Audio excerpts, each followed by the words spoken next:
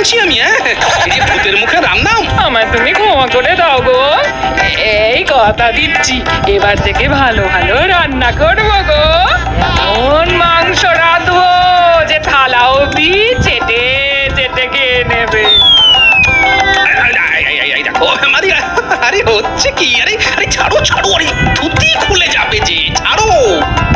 আগে কথা দাও আমি থাকতে তুমি আর বিয়ে করবে না। সে কি করে হয় গিন্নি, আমার যে কথা দেওয়া হয়ে গেছে। ও সব কোনো কথা